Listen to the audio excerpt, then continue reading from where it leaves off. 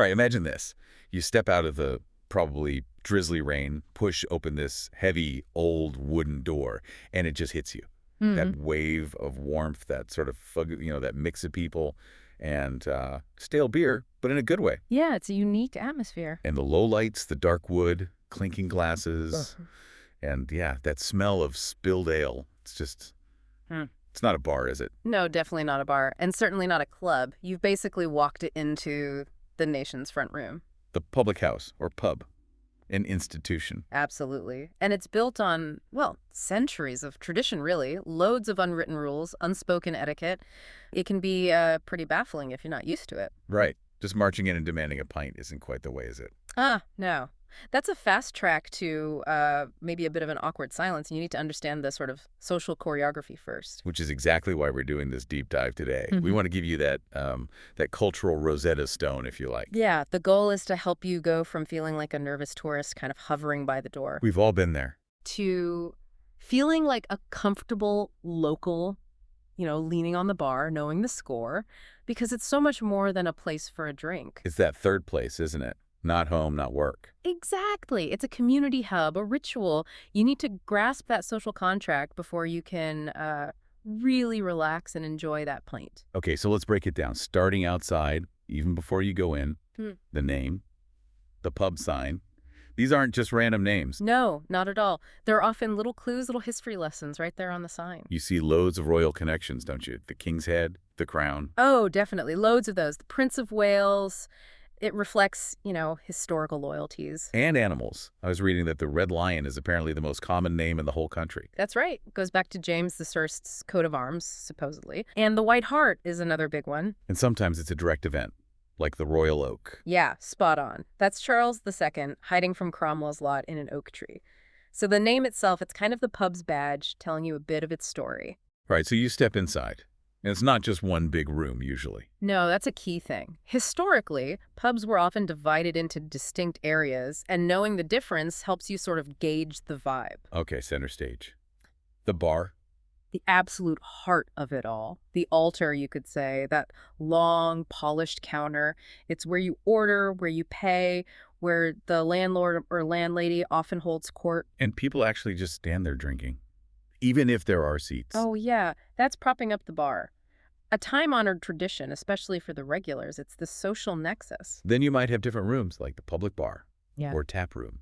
Yeah, traditionally that was the simpler space, maybe bare floorboards, fewer frill. More for just drinking and pub games. Pretty much. You'd often find the dartboard there, maybe folks watching the football, generally a bit more boisterous. Contrasting with a lounge or a saloon bar. Right. Historically, that was the more comfortable option. Yeah. Carpets, maybe plusher seating.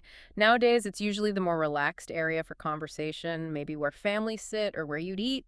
And the rare gem, the snug. Yeah, the snug. They're fantastic if you can find one. They're getting rarer. It's usually a small, private little room or booth. Sometimes with its own little serving hatch. Exactly. Historically, it was for discretion. Maybe doctors or lawyers or ladies who didn't want to be seen in the main bar area back in the day.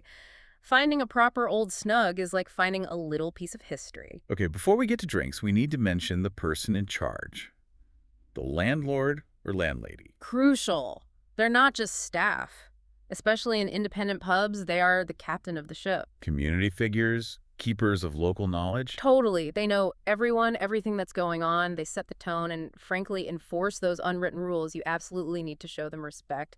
A simple hello or evening when you go to the bar makes a difference. Right, so you've navigated the layout. You've clocked the landlord. Time to order. Let's start with the measurements. This is basic but important. Pint or half pint? Exactly. A pint is your standard. It's what, 20 fluid ounces? Yep, 568 milliliters. Big glass. And a half pint is, well, half that. Good if you're driving, or maybe if you want to try a couple of different real ales. Okay, and the number one mistake a visitor makes. Just asking for a beer. Ah, yes. Which beer? Precisely. The bartender will just look at you, waiting. You have to be specific. Type, brand if you can. So let's run through the main types. Starting easy, lager. Yep. Cold, fizzy, usually pale gold. It's familiar territory for most people. Your international brands, local versions, a safe bet if you're unsure. But the real heartland is ale, isn't it? Real ale, cask ale. Oh, absolutely. This is the traditional stuff. It's real because it's still alive, conditioned in the cask in the pub cellar, not pasteurized or filtered like keg beers. And it's pulled up with those hand pumps. Exactly, those elegant handles. And crucially, it's served, well, warmer than lager. Cellar temperature. So not warm, just not ice cold. Spot on. And it's much less fizzy, naturally carbonated. Okay, so under the ale umbrella, you get things like bitter, which isn't always that bitter, confusingly. Yeah, the name's a bit misleading these days. Think of it as the classic British session ale. Usually copper-colored, balanced hops, very drinkable. Things like London Pride, Timothy Taylor's Landlord. Classics. Then you've got pale ales and IPAs. More modern. Often, yeah, lighter in color, usually more aromatic, more hop-forward, definitely influenced by the craft beer movement. Brewdog Pump IPA is a well-known example. And for dark beer fans, stout or porter. Right, dark, creamy, roasted flavors. And if you order the king, Guinness. You wait for the two-part pour. You must wait. It needs time to settle for that perfect creamy head. Trying to rush the bartender on a Guinness pour is, well, just don't. Okay, what if you don't fancy a beer? Plenty of options. Cider is huge. Fermented apples, obviously, can range from really sweet to very dry and crisp. Thatcher's Gold is a popular one down south. Spirits? Yep. And the classic British pub spirit order has got to be the gin and tonic, the G&T. But again, specification is key. Oh, massively. You can't just say G&T. Which gin, which tonic, ice, right. lemon, lime. So you need to say something like, Could I have a Hendrix and Fever Tree tonic, please? With ice and cucumber. Precision helps everyone. and wine. Available, usually red, white, rosé, but they'll always ask. Small, medium, or large glass. That's 125 milliliters, 175 milliliters, or 250 milliliters. You need to specify. All right, you've chosen your drink. Now, Ooh. getting it. This is where the delicate ballet, as the sources call it, begins. Step 1. Go to the bar. Absolutely fundamental. No table service for drinks. You have to go up. And there's often no clear cue, is there? It looked like a bit of a scrum. It can look like chaos, yeah. But it usually isn't. There's an invisible system. So what do? You don't form a line. You find a gap at the bar, move into it confidently but politely, and then you wait your turn. What you absolutely don't do is shout or click your fingers or wave money around. Oh God, no. That's incredibly rude. The cardinal sin. Bartenders have amazing peripheral vision and a mental map of who's next. So you just need to catch their eye. Exactly. A little nod, maybe raise your eyebrow slightly when they glance your way. That's the signal. Be patient. And when they do turn to you, Have your entire order ready for everyone in your group. Instantly. no dithering. No, hang on. What did Dave want again? Nope. Time is precious, especially when it's busy. Get the order, give it clearly. Efficiency is appreciated. Okay, drinks are poured. Payment.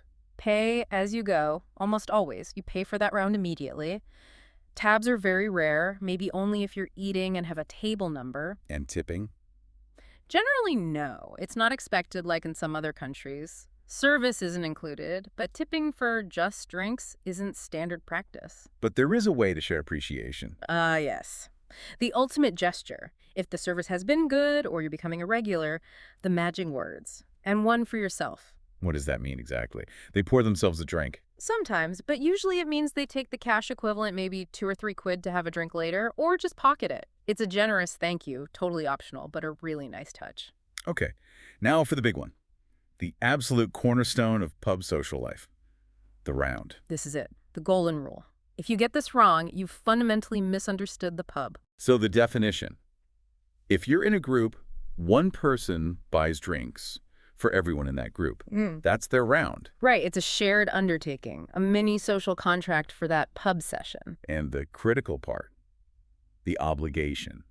If someone buys you a drink as part of their round, You are now in the round. Yeah. And you are obligated to buy the next round for everyone when the drinks start getting low. how low is low? Usually around 2/3 empty is the unspoken signal. You need to be aware, keep an eye on everyone's glasses, including your own. The group kinda knows whose turn it is. And skipping your turn. Oh, that's bad. Really bad. It's not just seen as stingy, it's seen as breaking the trust, breaking that social contract. People will notice, even if they don't say anything directly. It marks you out. Definitely. The other big sins are accepting drinks and then leaving before it's your turn to buy. The round dodger. Exactly. Or when it's someone else's round, suddenly deciding you want a really expensive double malt whiskey when everyone else is on pints. Yeah, you stick to roughly the same kind of drink or price point. Generally, yes. It's just etiquette. What if you genuinely just want one drink or you're on a tight budget. Can you opt out? Yes, absolutely. But you do it up front. When the first person offers to get the round in, you just say politely, "Oh, I'm all right for now, thanks. I'll just get my own." And that's fine. Perfectly fine. It just signals you're not participating in the round system this time. No offense taken. It's avoiding your turn after accepting drinks. That's the problem. Okay, shifting gears a bit. General social stuff. Seating. Usually first come, first served. Find an empty table, it's yours. What about sharing? If there's a big table with a couple of empty seats? Just ask politely, "Excuse me, is this seat taken? Or do you mind if we join you?" Usually it's absolutely fine. Pubs are communal spaces. And it can get crowded, right? You might get jostled. Yeah, expect it, especially near the bar. The standard response from both people is just a quick, "Sorry, no big deal, it's part of the atmosphere." Let's quickly cover food. Pub grub. It's a big part of the experience now. Definitely. Proper comfort food. Hearty, usually unpretentious. What are the classics? Oh, you've got your fish and chips, obviously.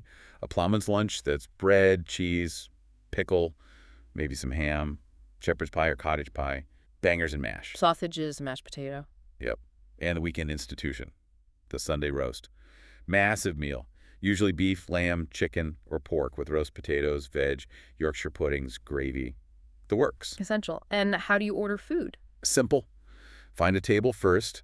Make a note of the number. It'll be on a little stand or plaque on the table. Right. Then you go up to the bar, order your food, giving them your table number, and pay there and then. They'll bring the food out to your table. Okay, back to the social side. Conversation. Brits can seem reserved, but the pub breaks down barriers. It does. It's perfectly normal to chat with strangers at the bar. Safe topics to start with. Number one, always, the weather. Seriously. It's the universal never fails icebreaker. Huh, yes. Oh, Then probably football, soccer. Though, tread carefully, passions run high. definitely. Or just ask about the pub itself. Or the ales they have on tap. What's that one like? Pointing to a handful. Always a good opener. And then there's banter. Ah, banter. That unique British art form. Affectionate teasing, basically. Often quite witty, sometimes sounds a bit ruthless, but it's usually done with warmth. If someone starts gently taking the mickey out of your accent or your football team... It probably means they like you. You're being included. Right. The correct response is just to laugh it off, maybe give a little bit back if you feel up to it. Don't take offense. And related to that is the good old no. National pastime. Complain about the government, the price of things, the terrible train service. It's not really about finding solutions. It's a bonding ritual. Things are rubbish, aren't they? Never mind. Have a pint. Exactly. Shared misery loves company, especially in the pub. While you're there, you might see other things happening. The pub quiz. Huge. Usually a weekly event, teams competing. Great fun. Darts, pool tables are common too. And something that surprises visitors. Lots of pubs are very family-friendly, especially during the day. And dog-friendly. Loads of pubs welcome well-behaved dogs. You'll often see a water bowl by the door. Okay, nearing the end of the night, the rituals of closing. Around 11:45, maybe 11 o'clock, you'll hear it. A bell ringing or the landlord shouting. Bossing orders. That's your signal. Your very last chance to get a drink. Quick, get that final round in if you're having one. Then, a few minutes later, The final call. Time, gentlemen, please. Sometimes just time. and that means Drink up and get out. Politely but promptly. Don't linger. The staff want to clean up and go home. Hanging around after time is definitely poor form. So, putting it all together, the pub, it's this, I don't know, complex but wonderful little ecosystem, a real social leveler. It really is. And the key, I think, is remembering it's a community, not just a shop selling drinks. It rewards a bit of patience, observation, willingness to join in. Absolutely. And here's the final thought, perhaps the most important thing to take away. Don't be intimidated. People won't judge you for being unfamiliar or for having a different accent. It's actually a profoundly welcoming place if you make the effort. It's about showing you respect, the place, and the rituals. Exactly. Especially the round system. The moment you offer to buy the next round, even if your accent is completely different, you've basically shown you get it. You belong. So be brave, go on in, observe a bit, then participate. You'll be fine. You're ready. Go enjoy it. Cheers, mate.